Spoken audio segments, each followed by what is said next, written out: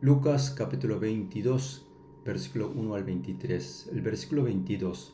A la verdad, el Hijo del Hombre va según lo que está determinado, pero ay de aquel hombre por quien es entregado. En griego bíblico, hoti ho hios mentu anthropu katato horismenon poriuetai, plen uai to anthropos ekeino dihu paradidotai.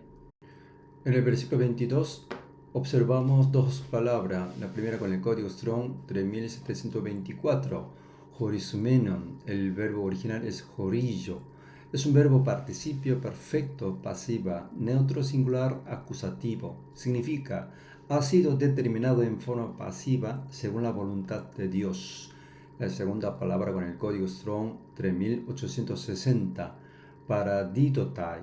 El verbo original es paradidomi. Es un verbo indicativo presente, pasiva, tercera singular. Significa siendo entregado en forma pasiva. Dios permitió a Satanás herir a Jesús en el calcañar y éste lo hizo a través de los principales sacerdotes, los escribas y uno de los discípulos de Jesús, al entrar en el corazón de Judas.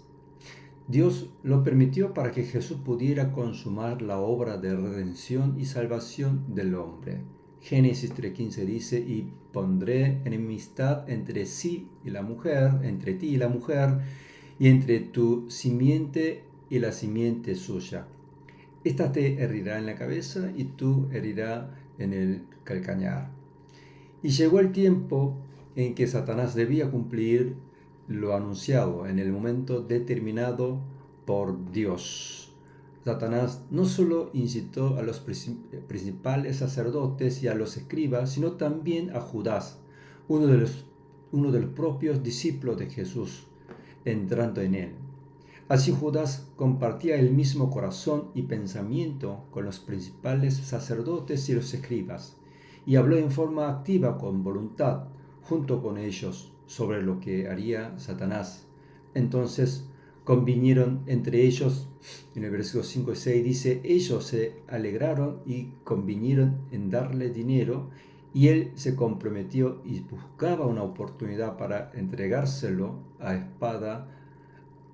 espalda del pueblo. Se acercaba el tiempo en que Jesús sería sacrificado en la cruz como el Cordero Pascual, el día de gran salvación. Jesús envió a Pedro y a Juan para que prepararan la Pascua.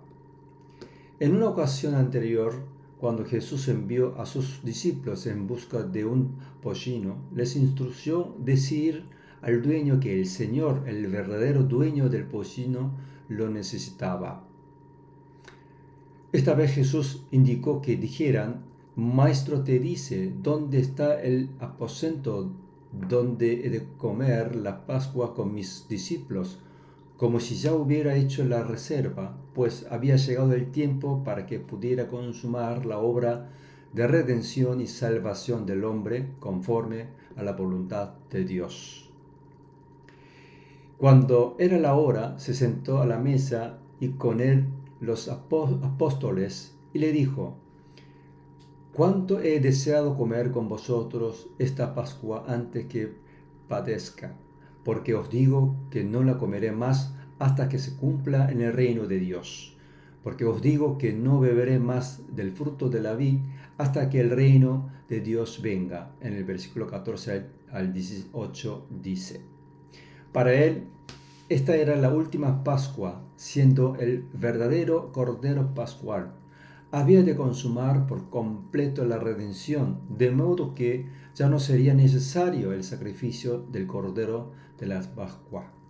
En Hebreos 10:12 dice, en esa voluntad somos santificados mediante la ofrenda del cuerpo de Jesucristo, hecha una vez para siempre. Y ciertamente todo sacerdote está día tras día ministrando y ofreciendo muchas veces los mismos sacrificios que nunca pueden quitar los pecados. Pero Cristo, habiendo ofrecido una vez para siempre un solo sacrificio por los pecados, se ha sentado a la diestra de Dios. Jesús su cuerpo siendo dado continuamente en forma pasiva para la redención por la voluntad de Dios. Y Jesús, su sangre siendo derramada continuamente en forma pasiva para la redención por la voluntad de Dios. Su cuerpo y su sangre, es decir, su muerte como el verdadero Cordero Pascual, tiene efectos sobre todos los hombres, nacidos y por nacer, porque fue dado y derramado continuamente para siempre, y nos mandó que lo hagamos continuamente en forma activa, con voluntad en memoria de él. Y Jesús habló sobre Judas. Él iría a la cruz como había sido determinado en forma pasiva, según la voluntad de Dios, y sería entregado por Judas, quien también está siendo entregado en forma pasiva. Porque la muerte de Jesús en la cruz tenía el propósito de salvar al hombre pecador, de salvar nuestra vida. En Isaías 53, versículos 5 y 6 dice: Mas el herido fue por nuestras rebeliones, molido por nuestros pecados. El castigo de nuestra paz fue sobre él, y por su llaga fuimos nosotros curados. Todos nosotros nos descarriamos como ovejas, cada cual se apartó por su camino, mas Jehová cargó en él el pecado de todos nosotros.